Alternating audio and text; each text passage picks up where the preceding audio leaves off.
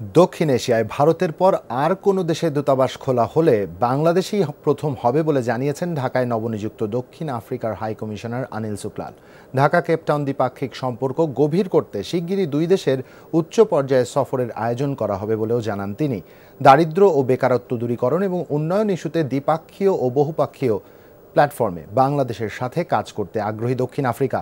দায়িত্ব নেওয়ার পর সহকর্মী আহমেদ রেজাকে তার কর্মপরিকল্পনা জানিয়েছেন আনিল শুক্লাল। 2 পর্বের প্রতিবেদনের আজ দেখবেন প্রথমটি। ম্যাগিও ঠিক আমার মতোই কোয়ালিটিতে কোনো ছাড় দেয় না।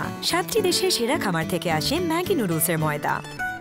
মা হিসেবে এটাই আমার জন্য গিফট।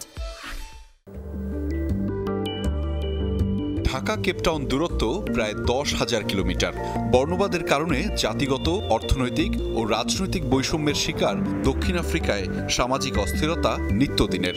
বাংলাদেশেও রাজনৈতিক ও অর্থনৈতিক সংকটের সঙ্গে দারিদ্র্য ও বেকারত্ব বিদ্যমান।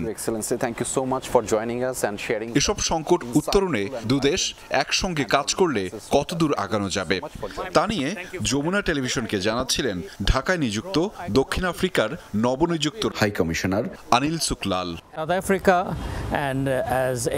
বাংলাদেশ দক্ষিণ আফ্রিকা ভিন্ন দুই দেশ হলেও সংকটগুলো একই রকম। দারিদ্র্য, অনুন্নয়ন, অসমতা ও বেকারত্ব দূরীকরণে আমাদের অভিজ্ঞতা আছে, যা বাংলাদেশের সাথে শেয়ার করতে পারি। সমাধানে এর মূল শেকড় ধরেও কাজ করতে হবে। দ্বিপাক্ষিকভাবেও এই সমস্যা সমাধানে আগ্রহী দক্ষিণ আফ্রিকা।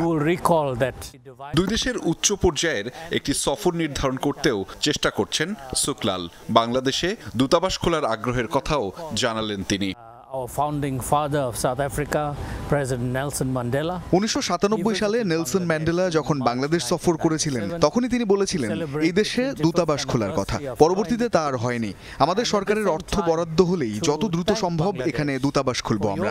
এমনকি এই অঞ্চলে নতুন করে কোনো দূতাবাস খুললে সেটা বাংলাদেশেই হবে।